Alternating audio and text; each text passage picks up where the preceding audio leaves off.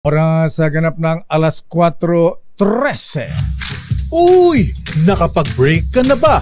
Nakapag-relax ka na ba? Saan ka man nagtatrabaho? Sa'yo ang inumin, sa'yo ang pulutan. Happy, happy, happy birthday. Sana'y di tayo malasing. Happy, happy, Bakit may sumingit na ganyan? Happy birthday, Lakay! Thank you, Miss Teya. Maraming salamat busog po. Mo kami, Lakay. Ganon ba? Ayan. Ilista na lang to. RH Break Time!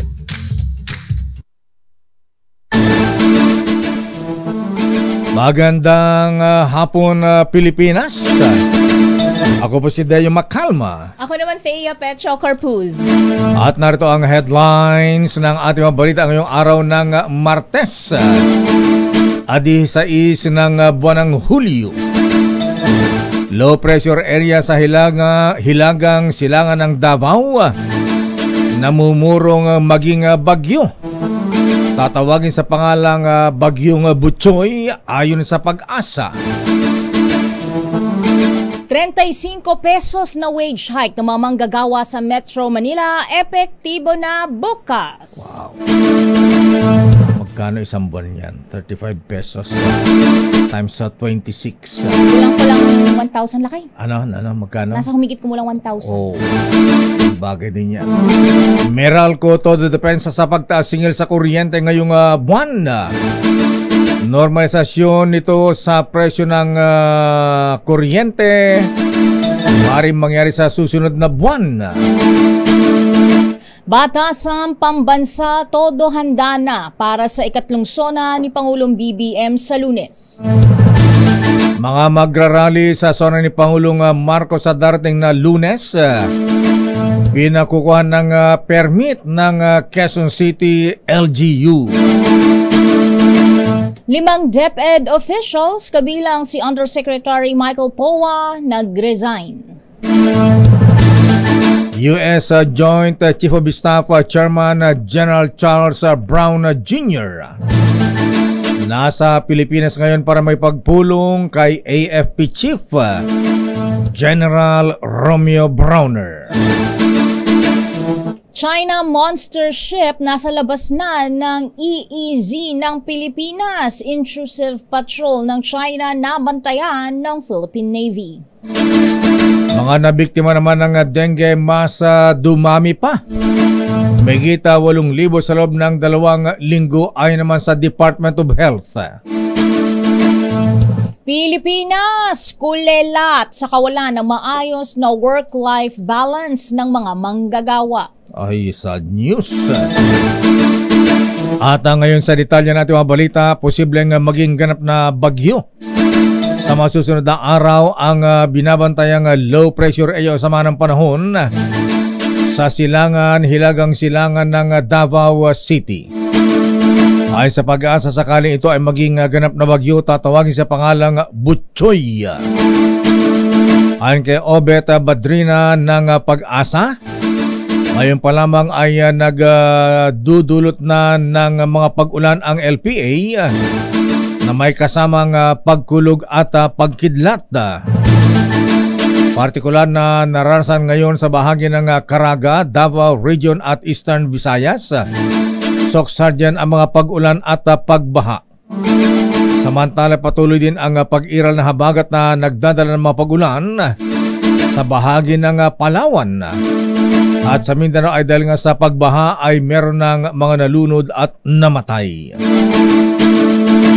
Sa iba pang balita, epektibo na bukas, July 17, ang aumento sa sahod ng mga manggagawa sa National Capital Region. Sa panayam ng DZRH, sinabi ni Labor Secretary Bienvenido Laguesma na titiyakin nilang susunod ang mga establishmento sa 35 pesos na increase. Ibig sabihin, mula sa kasalukuyang 610 pesos ay magiging 645 pesos na ang daily minimum wage sa Metro Manila. Samantala, mula naman sa dating 573 pesos ay tataas sa 608 pesos ang sahod ng mga manggagawa sa agriculture sector, service at retail establishments. Narito naging pahayag ni Secretary Laguesma.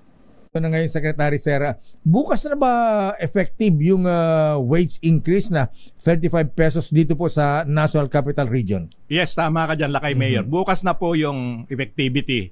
At yan po ay susubaybayan ng atin pong regional implementors para matiyak na yan po ay susundin at i-comply po ng mga apektadong establishmento. Ayan, samantala, nag-normalize raw ang presyo ng kuryente. Kaya bumalik na sa 11 pesos ang dagdag na kilowatt hour. Normal ba yun? Ito ang sinabi ni Meralco spokesperson na Joe Saldariaga matapos i-anunsyo ang taas-singil sa kuryente ngayong July ng 2 piso. Sabi ng spokesperson ng Meralco, bawian lamang ang nangyari. Dahil nabawasan ng 2 piso ang singil ng kuryente pero bumalik lang ito ngayon. Epekto niya ito ng pagbabalik sa normal na paggamit ng kuryente at hindi na malakas ang demand sa paggamit ng kuryente sa pagtatapos ng summer season. Ganito ang paliwanag ni Joe Saldariaga ng Meralco. Well, kasi nung summer, sa tindi ng demand, talagang minsan nasa-strain yung mga planta. So may mga instances dahil sa taas ng demand, hindi makaagapa yung supply. So nagkakaroon ng tinatawag na yellow at red alert. Pero magmula nung gumanda yung panahon, naging makulimlim, ito, ulan na nga, normally yung demand nagdidip din yan lakay eh. So it's easier now for the supply situation to meet demand. Yun yung sitwasyon natin ngayon. Sa iba pang balita, more than ready na o todo handa na ang Kamara de Representantes para sa ikatlong SONA ni Pangulong Bongbong Marcos sa darating na Lunes, Hulyo 22. Ayon kay House Speaker Ferdinand Martin Romualdez, matagumpay ang mga paghahanda para sa SONA at nagtakda ang Kamara ng grand stage para sa presidential address. Ito ay para maihayag na mabuti ni Pangulong BBM ang mga plano sa darating na taon at mailahad ang overview ng mga nagawa ng Marcos administration. Tiniyak naman ni House Sergeant at Arms Retired Police Major General Napoleon Taas ang kaukulang seguridad para sa mapayapa at maayos na SONA ni Pangulong BBM. Binatikos naman ng kabataan na party list ang anunsyo ni House Secretary General Reginald Velasco na ipa-aaresto ang sinumang magsusot ng protest art sa State of the Nation Address ng Pangulong Bongbong Marcos sa darating na Lunes. Ayon kay Congressman Raul Manuel Uri ng Freedom of Speech, ang protest art kaya hindi ito dapat ipinagbabawal. Bukod dito, ang SONA niya isang platform para may parating ng mga mamayan ang hinaing sa pamahalaan at hindi isang daan para ipakita ang kapangyarihan ng gobyerno. Una nang sinabi ni Sec-Gen Velasco na ang SONA ay isang formal event at hindi araw ng protesta. Samantala, pinakukuha muna ng permit ng lokal na pamahalaan ng Quezon City ang mga grupo ng rallyista para makapagsagawa ng kilos protesta sa araw ng SONA Pro o Anti-Administration. Ayon kay Quezon City Mayor Joy Belmonte, hindi pipigilan ng lungsod ang karapatan ng publiko makapagtipon-tipon pero kailangang sumunod sa batas at kumuha ng permit sa kanilang Department of Public Order and Safety. Pinaalalahanan din ng mayor ang mga grupo na panatilihin ng kapayapaan at kaayusan sa kanilang mga kilos protesta. Kasunod nito, maglalabas naman ng alternatibong ruta ang traffic management sector ng lungsod sa mga motoristang maaapektuhan ng trapiko dahil sa SONA sa Lunes, July 22. Babalikan natin na lang pang detalye na ating mga balita.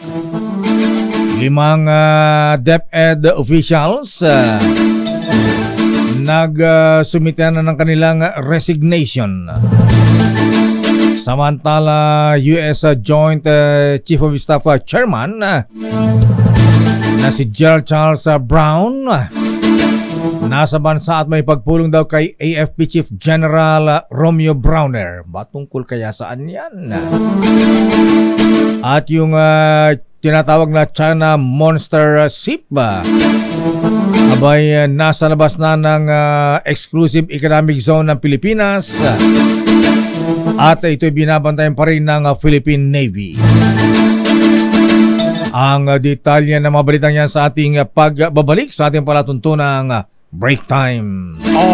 RH Break Time. Oras Mr. Cesar Lee, Mr. Michael is my guide. Doktora Isa Suntay, alas 4:24. Ito ay sina Chief of Staff at USEC Michael Powa, USEC for Administration Undersecretary Nolasco Mempin, Assistant Secretary Sunshine Fajardo, Assistant Secretary for Procurement Reynold Munsayak, at Assistant Secretary for Administration Noel Baluyan. Sinabi ni Powa na para sa kanya ang pag-resign sa tungkulin ay upang bigyan daan si incoming DepEd Secretary Sani Angara ng kalayaan para mamili ng mga taong kakatawan sa DepEd.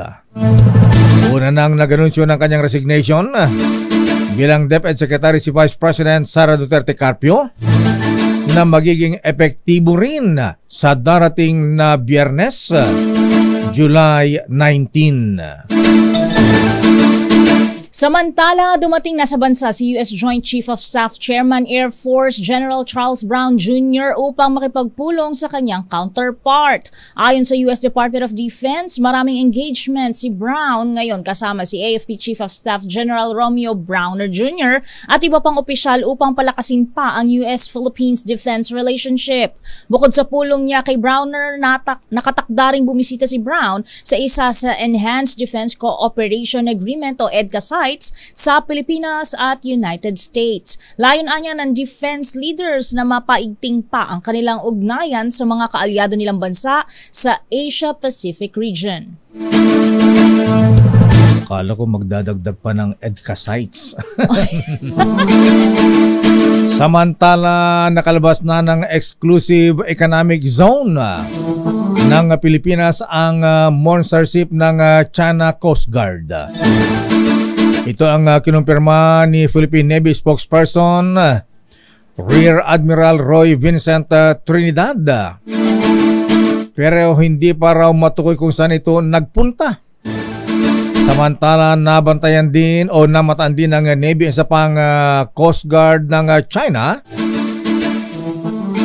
sa layong 16 nautical miles mula naman sa mainland Luzon. Bagamat meron itong kalayaan sa paglalayag, tinawag ni Trinidad na panghihimasok o intrusive ang papagtrulya ng barko ng China sa ating karagatan. Ang pagkumpirma ng opisyal ng Navy ay kaugnay sa monitoring ng independent maritime analyst na si Ray Powell sa karagatang sakop ng Lubang Island. Sa iba pang balita, ipinasilip sa Senado ang magsisilbing detention facility ni suspended Bamban Tarlac Mayor Alice Go sa oras na siya'y maaresto.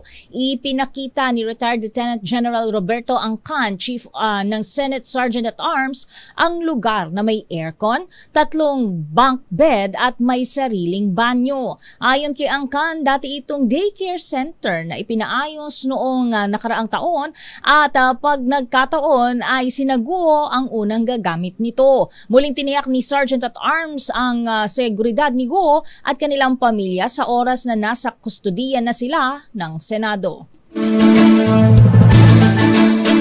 Inalerto naman ng pamulaan ng Philippine National Police ang kanilang Regional Director sa Central Luzon para asistihan ang Senado sa pag-aresto kay suspended Bamban Tarlac Mayor Alice Guo.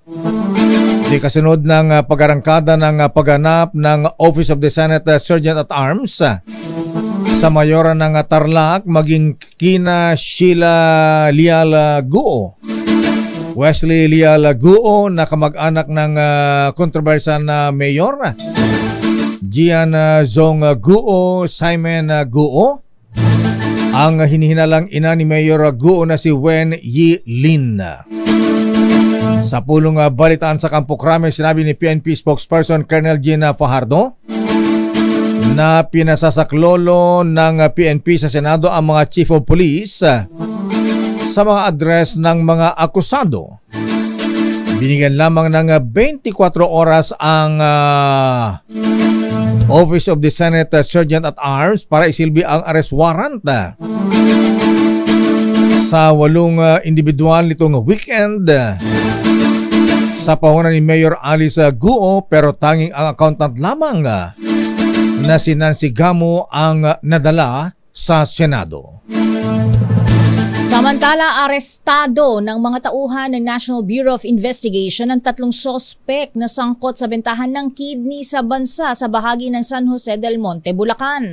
Nakatakas naman ang isa pang sospek na isang nurse na kasalukuyan ng pinaghahanap. Samantala, na-rescue naman ang 9 na donor kung saan 4 dito ang naoperahan na sa bato. Ayon kay NBI Director Jaime Santiago, nagsumbong sa otoridad ang isa sa mga biktima matapos siyang hindi bayaran kahit siya'y naoperahan na.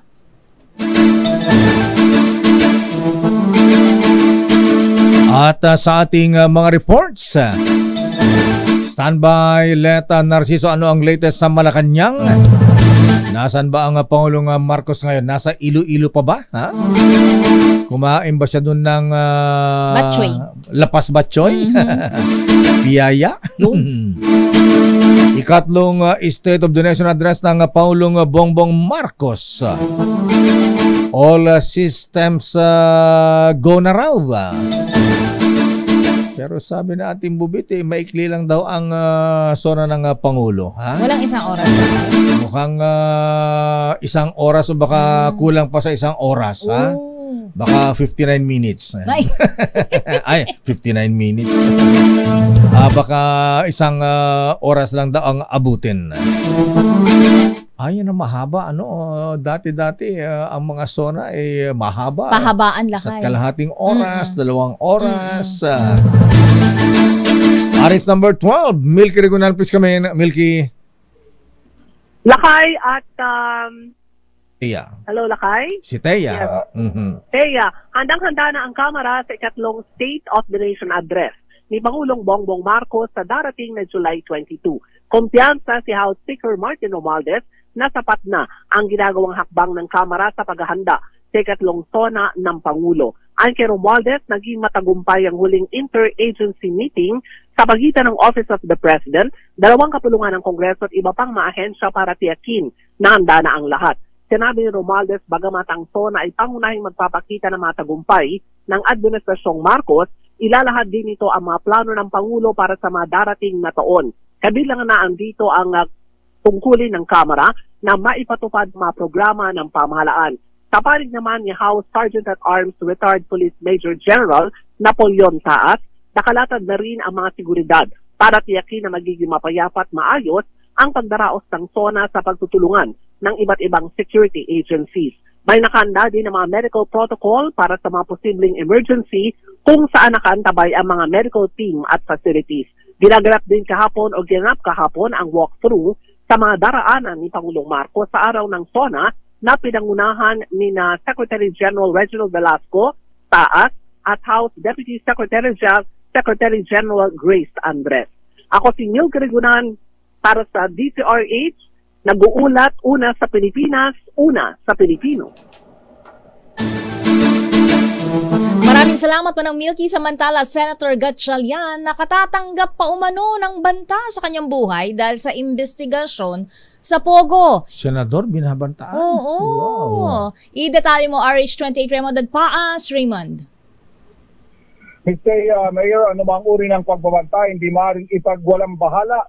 Ito ang deklarasyon ni Senador Sherwin Gatchalian kasunod ng liham na isinadala sa Pasay City Police Station upang iparating ang pagbabanta umano sa kanyang buhay. Kasunod ito ng kumakalat na video online na may banta umano sa kanilang buhay ni Senador Risa Hontiveros. Batay sa transcript ng video, ay may tig 5 milyong piso umano silang patong sa ulo. Oh. Galing umano ito kay Mayor Alice Go dahil sa pag-iimbestiga sa Pogo na may kaugnayan sa alkalde. Sa liham ni Gatchalian sa Pasay City Police, nag-aalala ito sa kanyang kaligtasan, sa kanyang pamilya at kanyang mga staff at hiniling na ito ay kanilang investigahan. Sina Hontiveros at Gatchalian ay siyang nangunguna sa pag-iimbestiga sa patuloy na operasyon ng Pogo sa bansa. Raymond. 28, Mayor. So anong gagawin ni Senator Win Gatchalian at Senator Risa sa ganitong pagbabanta? Magdadagdag ba sila ng security? Parang Donald Trump. Well, nauna nang sinabi naman na Mayor ni Senator Risa na mag-alerto din yung kanilang mga security, may mga adjustments na ginagawa, pero pagdating sa loob na ng Senado ay hindi naman na sila nababahala dahil merong mga nagbabantay na mga tauhan ng Office of the Sergeant at Arms, Mayor. Aba, baka pwedeng alisan na yung mga bodyguard sa mga POGO officials at ibigay kay Senator Win at Senator Risa. Oo, pwede rin yun. Siguro kasi yung, ayun lang, gaya nitong mga, di ko alam kung masusuyod na nila na mabuti nitong mga nakalipas mga araw. Gaya nung the other day lang, yung may nahuli dyan sa Pasay, Parañaque area, police na tauhan ng PNP Special Action Force. Yung kasama ng mga Chinese nationals na nagtatrabaho sa Pogo. Talaga? Ayan, bago yan ha. Ayan, di masyadong nabalita yan ha. SAP ng PNP Las Piñas? Hindi, SAP, PNP Special Action Force, Mayor. Ng Campo Crame? SAP. Hindi, sa ang nasa 3rd Battalion na ka-base dyan, sa Bikutan, sa kanilang headquarters Bikutan, sa Bikutan, Mayor. Olong, Noong una, hindi niya, nung nahuli siya, hindi sinasabi na pulis siya. Pinakita lang yung driver's license. Pero nung investigahan ng mga pulis, tauhan pala siya ng stop. Ayun, sa ating pagkaalam, talagang kung mangyayari nito, baka pati mga opisyal na naman, ay mga opisyal ay madadamay sa i-investigahan sa kaugnay dito. Abay, dapat maimbestigahan yung opisyal ng SAF. Baka mamaya katulad ng opisyal dun sa Zamboanga, di ba? Baka hati ang sweldo. Di ba, yung 40,000 ibigay dun sa mga SAF members ng PNP sa Zamboanga, 40,000 bawat isa. Kalahati pala yung hati pala sila ng kanilang opisyal. Aba. Kumikita kabuhayan. Matandaan mo, Mayor at saka Mr. Yan, nung doon sa Ayala Alabang, di ba? Yung nga, sa Ayala Alabang, oo. Nung nag-away yung dalawang staff. Nagkabistuhan. Naka-assign sila sa Zamboanga, nasa Ayala Alabang nagbabantay ng mga taga-Pogo. Ayan, nakot. General Marbil, ha? Abay, what is happening to our PNP General, sir? Ayan, dapat mukhang di sinusunod ang ating PNP chief, ha? Mainit na isyong yan, may mga ganyan pa rin, ha? Abay, sino ba ang chief ng SAF, Special Action Force? Ba't nangyayari yan? Ba't hindi pa-recall yung mga SAF members na naka-assign sa mga POGO officials?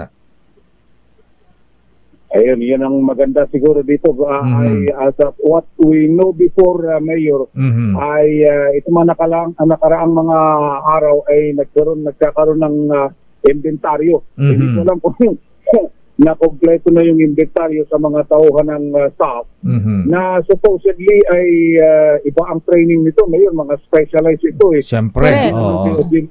Hindi naman sila taga PSPG kasi para mag-saving mga bodyguard nitong mga VIP personnel Mayor at Mr. Ayan, paging Colonel Gina Fajardo ng PNP, General Romel Marbil. Bakit nangyayari pa yung ganyan? Naku, maraming salamat, Raymond. Ito si RH28, Raymond Advance, DZRH, una sa Pilipinas, una sa Pilipino. Maraming salamat, Raymond. Nanibago ko sa extra ninyo. Una sa Pilipinas, una sa Pilipino. Ayan. Samantala, mula sa Senado, dumako tayo sa Malacanang. Isa pang proyektong makatulong para maibsan ang traffic sa Metro Manila tinalakay sa NEDA board meeting. Aba, paano ang gagawin? Ayan, dapat bilisan yung subway. Ayan, at yung ano ba yun? Yung Kalilakay, cable car? cable cars. Ayan. Hanggang Antipolo yan. Aba, swerte mo ha. Ayan, cable car na ang gagamitin pagpunta ng DCRH. Alamin natin ang detalye mula kay RS number 14. Let Narciso, please come in. Miss Let. Isa sa mga agenda ng ika-19 na NEDA board meeting sa Malacanang ang tungkol sa Laguna Lakeshore Road Network Project. Sa kanyang Facebook post, ibinahagi ni Pangulong Ferdinand Marcos Jr. na kasado na ang nasabing major infrastructure upgrade.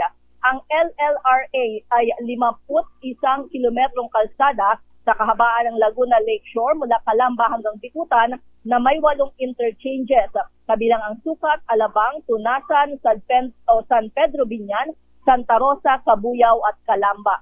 Layo nito makapagbigay ng mas mabilis at mas maginhawang ruta para sa mga sasakyang papasok at palabas ng South Luzon Expressway.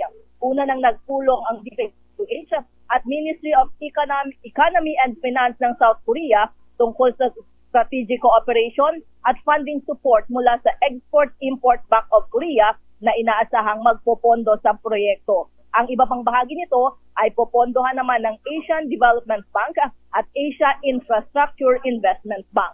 Mula sa Malacanang, ito si Let Narciso para sa DZRH. Una sa Pilipinas, una sa Pilipino. Maraming salamat, Let Narciso. Kumusta ba schedule ng Paulo Marcos bukas sa Miss Let, ha? Bakit? Oh. Anyari? Navy, pinakikiramdaman ang epekto ng Philippine-China meeting sa pagpapahupa ng tensyon sa West Philippine Sea. Idetalye mo RH52, Edniel Parrosa. Edniel. Lakay at Mistea, kumonti ang bilang ng mga barko ng China sa West Philippine Sea mula nang ibalik ang Bilateral Consultation Mechanism o BCM meeting ng Maynila at ng Beijing. Mula sa pinakamataas na monitoring ng Philippine Navy na higit 150, nagalaro na lamang sa higit 90 hanggang sa lampas ng bahagya sa 100 ang bilang ng Chinese vessels sa island features ng bansa ngayong buwan.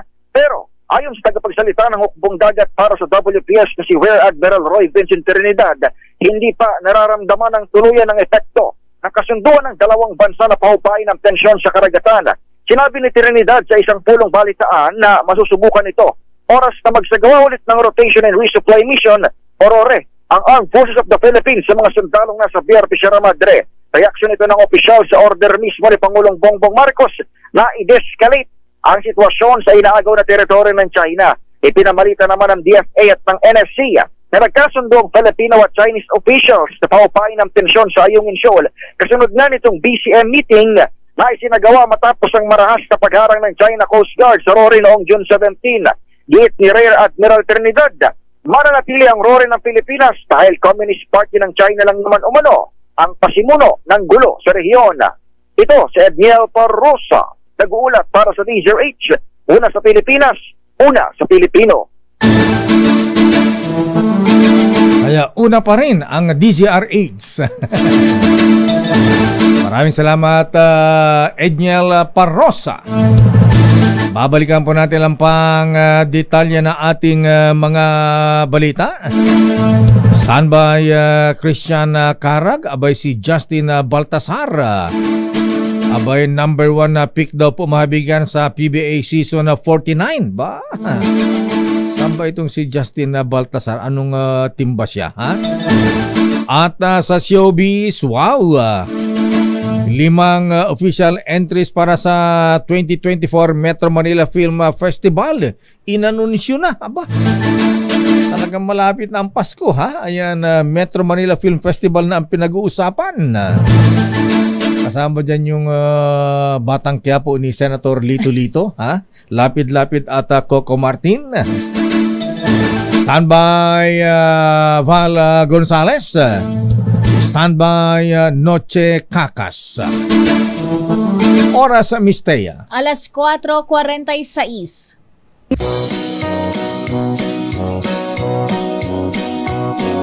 Happy birthday, happy birthday, happy birthday sa'yo. Sana ay lumigay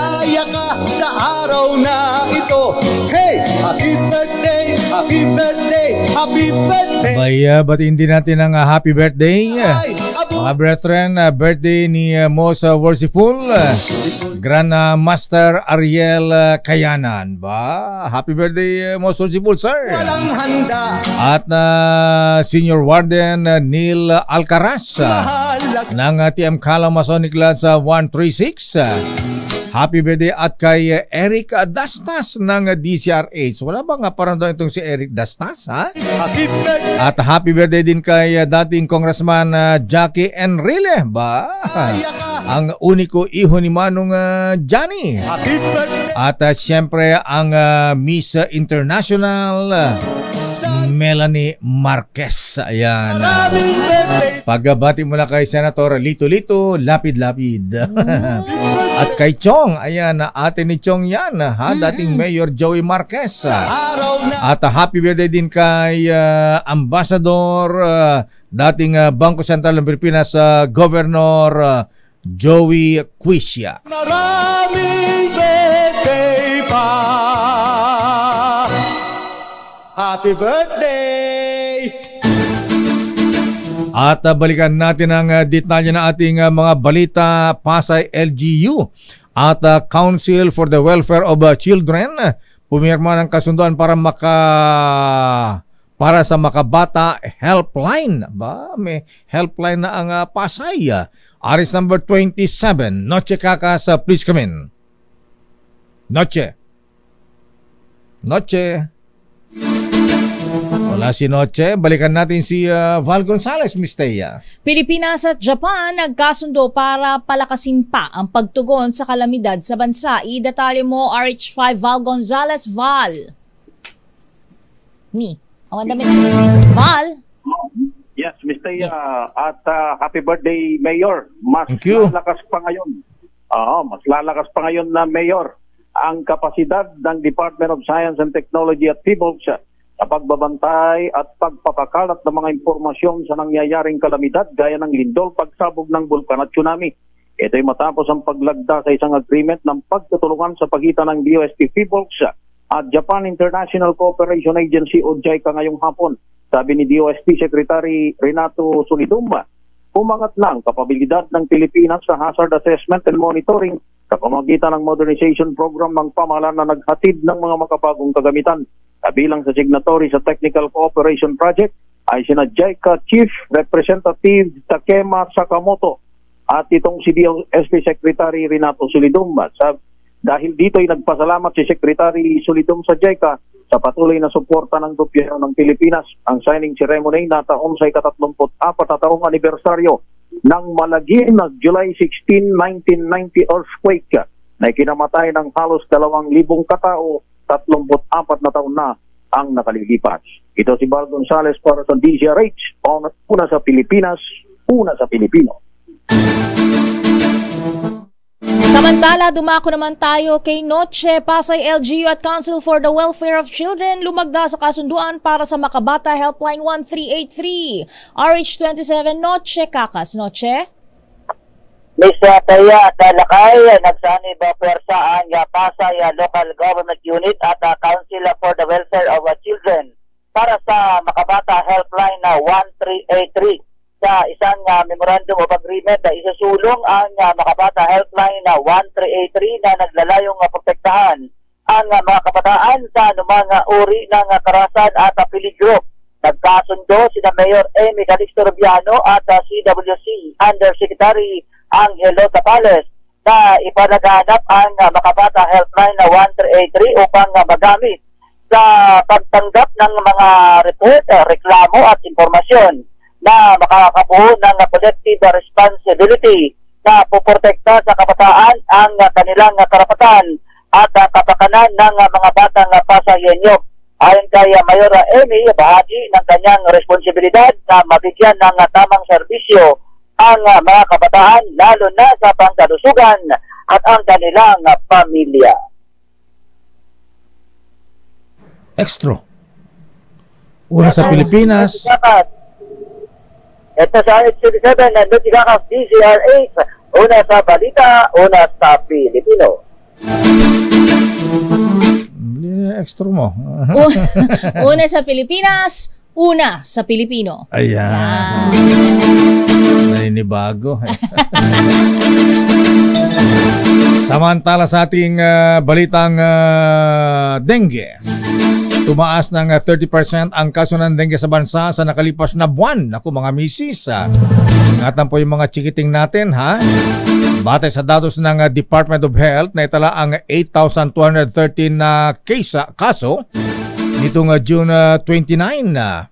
Mas mataas kumpara noong nakalipas na buwan ng Mayo.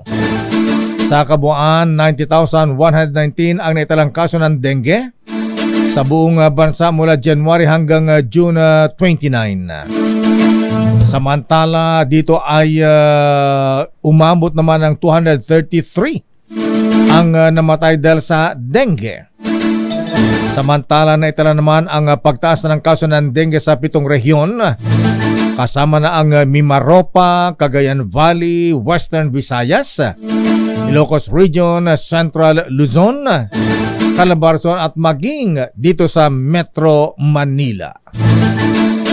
Samantala, napabilang ang Pilipinas sa mga bansa na walang maayos na life-work balance para sa mga manggagawa. Nasa ika-59 na pwesto ang Pilipinas sa 60 mga bansa sa 2024 Global Life-Work Balance Index ng Global Human Resource Platform na Remote. Pinakakulela at sa listahan ang Pilipinas kumpara sa mga bansa sa silangan at timog silangang Asya. Ayon sa Remote, ang life-work balance ay nangangahulugang pagbibigay ng reward, pagkakaloob ng oras sa mga empleyado para makapagpahinga at patas na leave policy. At dumakat sa larangan ng sports. Number 1 pick, Justin Baltasar. Abay, absent ka agad sa pagsisimula ng PBA season. Bakit? Anyari? At saan ba galing itong si Justin Baltasar, Kristan? Kristan Karag, please come in. Kristan. Hindi na muna makasama ng Converge Fiber Xers si Justin Baltasar sa umpisa ng PBA Season 49 sa Agosto. Nakakontrata pa rin kasi si Baltasar sa Pampanga Giant Planters na nagpapatuloy ang title defense sa Maharlika Pilipinas Basketball League. Kinumpirma na ng Lanterns na tatapusin muna ng number 1 pick sa nagdaang PBA Rookie Draft ang kasilkuhan season ng MPBL bago siya lilipat. Kung makaabot sa finals ang Lanterns, baka sa Disyembre pa makasama ng Converge ang reigning most valuable player ng MPBL. Ito si RH53 Kristan Karag, DRH, una sa Pilipinas, una sa Pilipino. Maraming salamat, Kristan.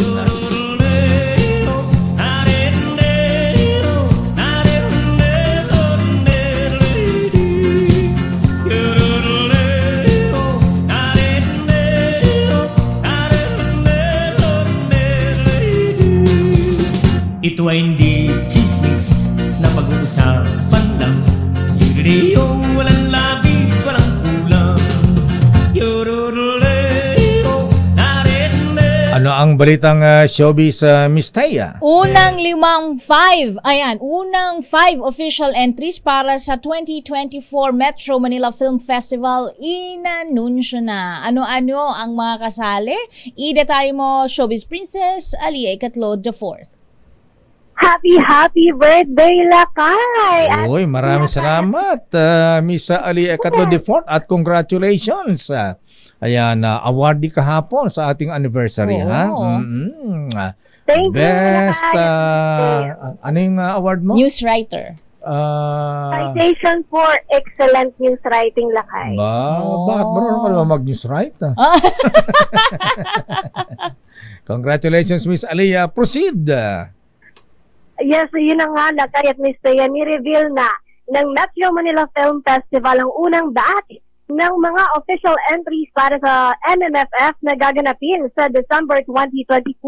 Kasabay ito ng 50th anniversary celebration ng Naturang Film Festival. Unang binanggit na entry ay ang comedy drama film na And the Brand the Winner Is ng ABS-CBN Films at The Idea First Company, directed by Jun Lana, starring Vice Ganda at Eugene Domingo. Sunod ang suspense drama na Green Bones ng GMA Pictures, directed by Zig Dulay, starring Sofia Pablo at Dennis Trillo. Pangatlo ang horror film na Strange Frequencies, Haunted Hospital ng Reality MMM Studios Incorporated, directed by Kerwin Go, starring Jane De Leon at Enrique Hill. Ang musical na Himala, isang musical ng Capitol Films Unitel, directed by Pepe Jokno, starring Aisel Santos and Betuin Escalante. At ang panghuli ay ang action drama film, family drama film na The Kingdom ng ATP MZ at MQuest, directed by Michael Tuvera, starring ang nagbabalik sa MMFF na si Vic Soto, at ang kasama niya rito ay si Piolo Pascual. Mga pamilyar na muka ang first batch ng unang inanunsyong MMFF entries. Ayon sa mga organizer sa kanilang grand launch kanina, binanggit na 39 scripts ang kanilang natanggap para sa Metro Manila Film Festival ngayong taon. At yan ang latest. Miss Aliyah, ayan ang seryoso lang yatang entry sa Metro Manila Film Festival ay yung Pepe Jokno. Pepe Jokno nga ba? Kilala ba kung sino si Pepe Jokno? Ito ay dating magaling na senador at aktivista, Senator Jose W. Jokno. Yung kalsadang yun sa MOA. Yes, Lakay. Tatay ba siya, Lakay, o lolo ni? Tatay yata ni Professor Sheila Jokno ng Lasal. Oo. Ang Sinong gaganap na Pepe Jokno? Lakay, si Pepe Jokno ang director ng Himala, isang musical. Mali, akala ko naman Pepe Jokno ang title ng pelikula, director pala. Kaano niya ngayon yung original na Pepe Jokno ba? Lolo ba? Lolo niya? Ano? Anyway, kung hindi pelikula itong Pepe Jokno, director pala, mukhang walang seryosong wala na ba mga seryosong entries katulad ng Rizal, mga ganyan. Goyo, General Luna, ayan. Katulad last year may Gomburza, Lakay. Ayan, Gomburza, ayan. Alam bang ganong entry, Miss Aliyah? Sa ngayon, Lakay, ang mga entry ngayon ay mga comedy, drama, horror, musical. Ayun palang inaanunsyo. At pagkatapos nito ay may susunod pang batch. Ang remaining 5 entries ay inaanunsyo rin ng mga organizer. Nako, Dr. Roel. Abangan natin kung merong kaabang-abang na mapapanood sa Metro Manila Film Festival. Ala na bang makabuluhang pelikulang entries sa Metro Manila Film Festival? Sana naman meron. Ayan. Parang Muro Ami ba yan? Isa pa yan, Lakay. Ayan. Mga ganung pelikula dapat. Ayan, sana mga malalalim, historical, ganyan. Yes. Maraming salamat, Miss Aliyah and Miss Aliyah, ha? Alam mo, sandali lamang, ha? Pakinggan mo to.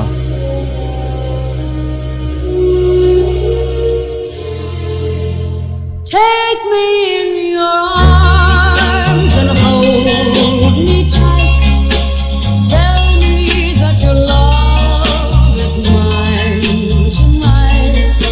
Say that everything will turn out right. It hurts to say goodbye. Narinig mo yan, ha? Ayan, maraming salamat. Bye-bye, Miss Aliyah. Happy birthday, maligayang bati sa'yo. At ang wish ko ay more birthdays to come. At syempre, maging malusog ka lagi. At yan, para sa Break Time Showbiz, ito si Aliyah Ikatlo, una sa Pilipinas, una sa Pilipino. Maraming salamat, Miss Aliyah. Pinay-rate na naman to. Ayan. Alam niya, magkakaubusan tayo. Pinapay-rate na lang mga magagaling natin dito, ha? Anyway, mahabigan, yan na ang kabuuan natin mga balitaan talakayan sa ating palatuntunang break time. Hirap ko mag-trend dito. Na-trend na daw eh. Na-trend na, ipapay-rate na naman. Ako po si Deo Macalma. Ako naman Thea Petro Corpuz. Susunod naman balansyadong balita. Chairman of the Board Henry Uri at Miss Kay Karen Oyong. Taga Baguio at hindi po taga Bamban, Tarlac. We see a sky of blue again.